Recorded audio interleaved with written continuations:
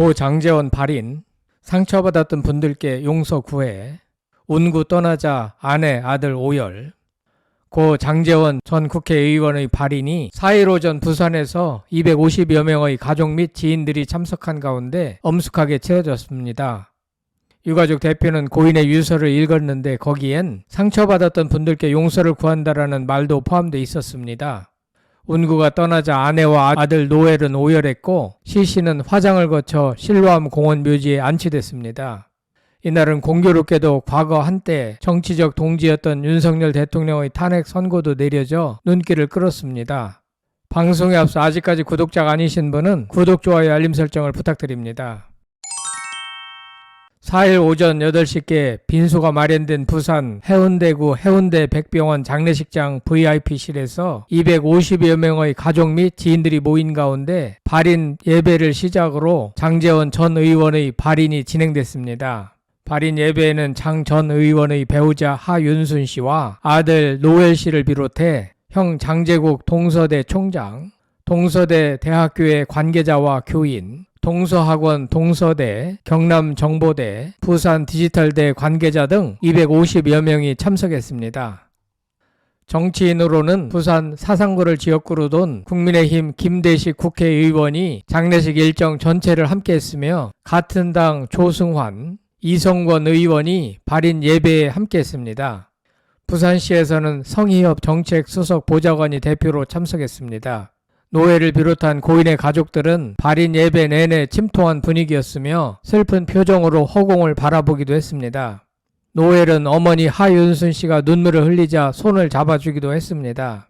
발인 참석자들은 시종 굳은 표정을 지었고 간혹 눈물을 훔치는 이들도 있었습니다. 하윤순 씨는 유가족 대표로 장 전 의원의 유서로 추정되는 글을 읽기도 했습니다. 글에는 나름대로 열심히 양심적으로 살았는데 비참한 사람이 됐다. 더 이상 설명하고 부딪히고 살고 싶지 않아 남은 가족들에게 너무너무 미안하다. 저로 인해 조금이라도 상처를 받았던 분들이 계신다면 진심으로 용서를 구한다라고 적혀 있었습니다. 고인으로 인하여 상처받았을 수도 있는 사람들에게 용서를 구한 것이며 이를 공개한 것은 아주 잘한 것 같습니다. 아내는 남편의 갑작스러운 죽음으로 이게 꿈인지 생시인지 분간이 안 될 듯 합니다. 아들 노엘은 어떻게 보면 저의 잘못 때문에 어려움을 겪으셨다. 더 큰 일을 하실 수 있던 분이었다라며 저를 항상 겸손하게 만들어 주셨던 분이 바로 저희 아버지였다라고 고인을 회상했습니다. 발인 예배 후 연결식장으로 가는 동안 노엘은 검은색 마스크를 쓰고 고개를 숙인 채 침통한 표정으로 걸었습니다. 앞서 노엘은 지난 1일 팬들과의 오픈 채팅방을 통해 잘 보내드리고 오겠다. 이것저것 다행히 어린 나이에 많이 경험해본 탓에 남들 때문에 내가 무너지거나 할 일은 없으니 너무 염려들 말라 라고 전하기도 했습니다. 노엘은 개인 계정의 댓글 창을 비공개로 전환했습니다. 쏟아지는 악플 속에서도 그는 담담한 모습으로 애도를 이어갔습니다. 소속사 인디고 뮤직 역시 아티스트 보호 차원에서 앞으로 관련 콘텐츠는 회사에서 전부 관리할 예정이라며 입장을 밝혔습니다. 사실 부모님은 아들 노엘이 공부도 잘하고 해외 유학도 가고 명문대도 졸업하여 교수나 정치인이 되기를 바랐지만 부모의 뜻과는 달리 래퍼가 되었습니다. 이 때문에 부자지간의 갈등이 심했고 아들의 마음에 상처가 되기도 했으나 최근에서야 관계가 좋아졌다고 합니다. 이날 노엘은 시종 침울했으며 간혹 눈물을 보이기도 했습니다. 고인은 부산 영락공원으로 이동해 화장한 뒤 이날 오후 장지인 실로암 공원 묘원으로 옮겨져 영면에 들었습니다.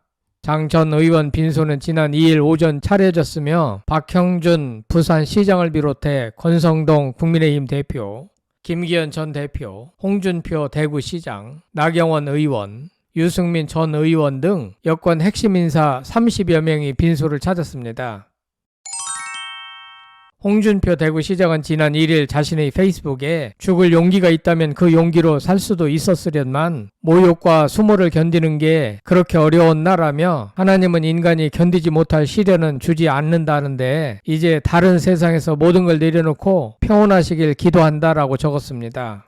장제원 전 의원은 2017년 국민의힘 전신인 자유한국당 대표이던 홍 시장 체제에서 수석 대변인을 지냈고 이후 장 전 의원은 당내 대표적 친홍준표 인사로 통했습니다. 2020년 총선 당시 당의 험지 출마 요구에 불복해 탈당한 뒤 대구에서 당선된 홍 시장의 복당을 가장 적극적으로 도운 이도 장 전 의원이었습니다. 그러나 2022년 당 대선 후보 경선에서 장 전 의원이 홍 시장의 경쟁자인 윤석열 후보의 최측근으로 자리매김하면서 두 사람 관계는 다소 소원해지기도 했습니다. 그럼에도 홍 시장은 지난해 총선 패배 이후 궁지에 몰린 윤 대통령이 국정 쇄신 방안을 고민할 때 장 전 의원을 대통령 비서실장으로 추천할 정도로 장 전 의원의 정무적 역량을 인정하는 모습이었습니다. 정진석 대통령 비서실장은 윤 대통령께서 새벽에 비보를 접하고 저에게 2차례 전화하셨다며 너무나 가슴 아프고 안타깝다며 유가족께 위로의 말씀을 꼭 전해달라고 하셨다고 밝힌 바 있습니다.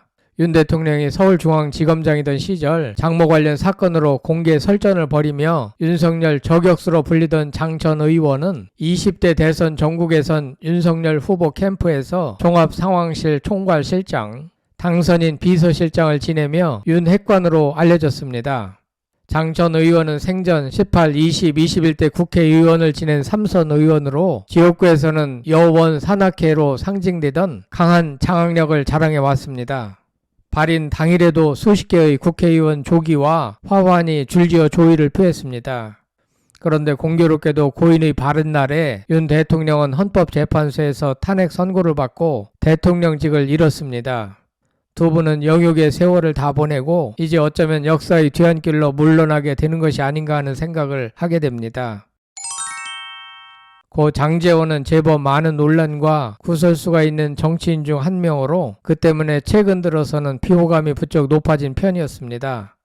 아들 노엘의 계속된 음주운전 및 경솔한 언행으로 아버지의 역할을 제대로 하지 못한 것이 아니냐는 비판이 있었고 제20대 대통령 선거 전국에서 윤핵관 문제로 비호감이 올라갔습니다. 결국 2021년 9월 아들의 사건 사고를 계기로 윤석열 캠프 상황실장에서도 물러나는 등 정계 일선에서 완전히 후퇴하였습니다. 하지만 윤석열이 20대 대선에서 승리한 덕분에 정치적으로 부활에 성공했습니다. 윤석열 당선 이후 가장 처음으로 인사 발령이 난 것으로 보면 윤석열 정부에서 장관 이상의 중책을 맡을 것으로 보였습니다. 고 장제원은 이와 같이 부침을 거듭하다가 결국 사망에 이르게 됐습니다. 공교롭게도 고인의 발인 날 윤 대통령도 탄핵 선고를 받았습니다.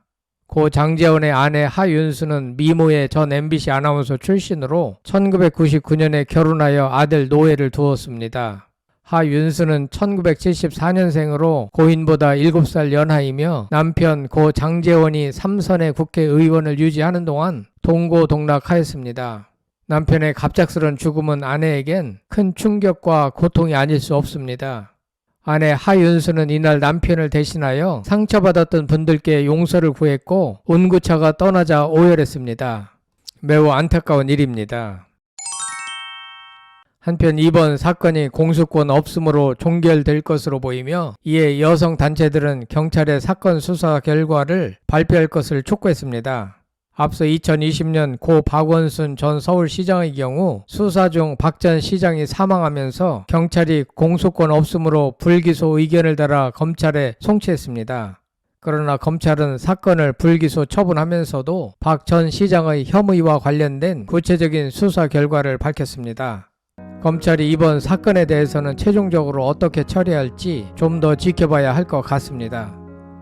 고인의 발인날 대통령 탄핵 선고가 이루어져 역사의 한 페이지가 넘어가는 것 같습니다. 삼가 고인의 명복을 빕니다. 끝까지 시청해주셔서 대단히 감사합니다. 구독, 좋아요, 댓글은 사랑입니다. 성창일 TV였습니다.